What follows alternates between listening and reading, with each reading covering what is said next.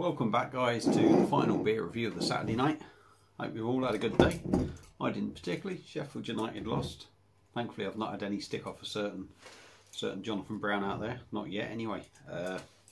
So yeah, there I'm getting all excited with the bottle in there. Let's get on to what we're reviewing now. We've got a triple from Belgium, and it's a bottle of Ename triple, and it's a 330ml bottle coming at 8.5%. Bought this about over a year ago. I think it was not like January just gone, but the year before that. I put a big order in for a load of Belgium stuff, and I think I picked up 6 bottles of this. Again, it was 6 bottles, and I got the free glass, the Ename glass, for about 15 euros, 16 euros. Complete steal if you ask me. I think it worked out when I bought everything, all the beers and all the glasses I got. I think it coming at about £2.50 an item, including like the postage and that as well. Spent something like 200 quid, I'll be honest with you. But I had an awful lot of stuff for me money, so yeah. So that's enough rubbish, and it not stuff that you need to hear. So yeah, like I say, Ename triple coming up. All their labels are pretty much that design. They maybe just change the colour depending on the style of beer they're doing. We've got the Ename bottle cap there, which is a little cracker. Do like all that. So let's get this beer out of the bottle, into a glass, see what we got. I do like a triple. I think my tastes are sort of changing in the world of Belgian beers. I think I'm maybe appreciating Belgian beers a little bit more.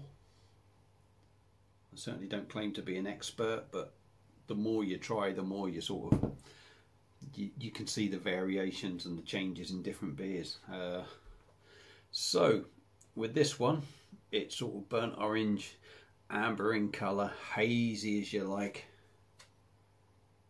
Not a lot of carbonation going up there. I can't see an awful lot. You normally see a big whirlwind of carbonation, but there's not much there.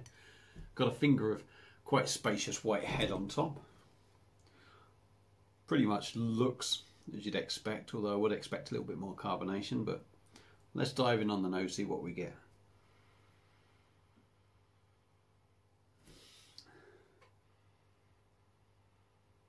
Fruity, a little bit yeasty. Sweet with maybe a little hint of honey in there. Hopefully not too much honey, because I'm not a big fan of the honey sort of thing, but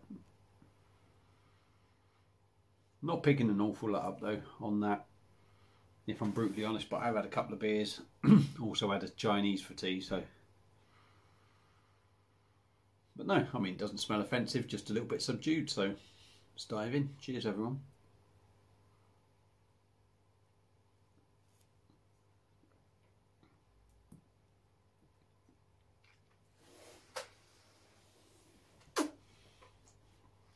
Nice soft mouthfeel, very smooth in the mouth.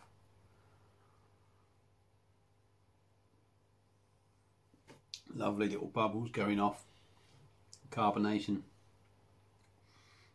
Body's quite nice on it. I wouldn't say overly sort of heavy.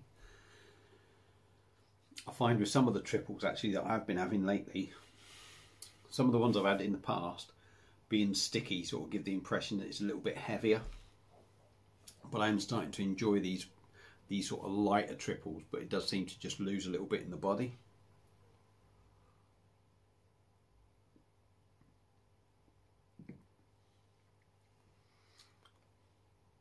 8.5%.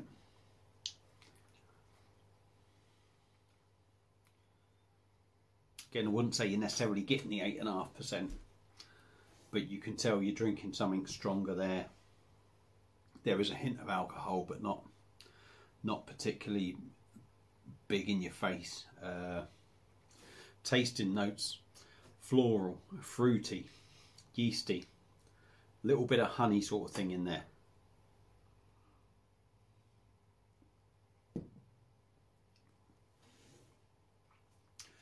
I think that's where the sweetness sort of in the taste is coming from. It's almost as if there's honey in there.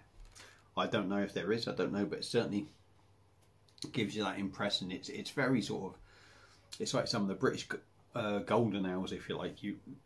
Excuse me, you're getting, excuse me again, Chris. You are getting some of them traits in this, but it drinks like a dream. Very easy, nice. It's not too sticky.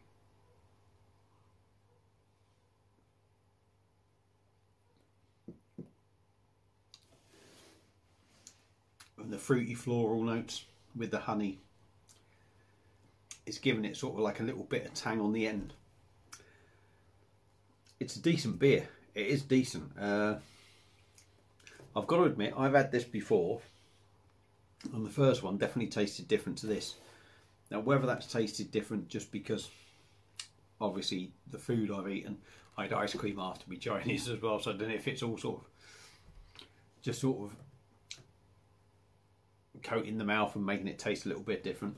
It's nigh on pretty much identical, but I'm certainly picking up the honey sort of notes in this a bit more than I did when I first had the bottle. But it's a decent triple.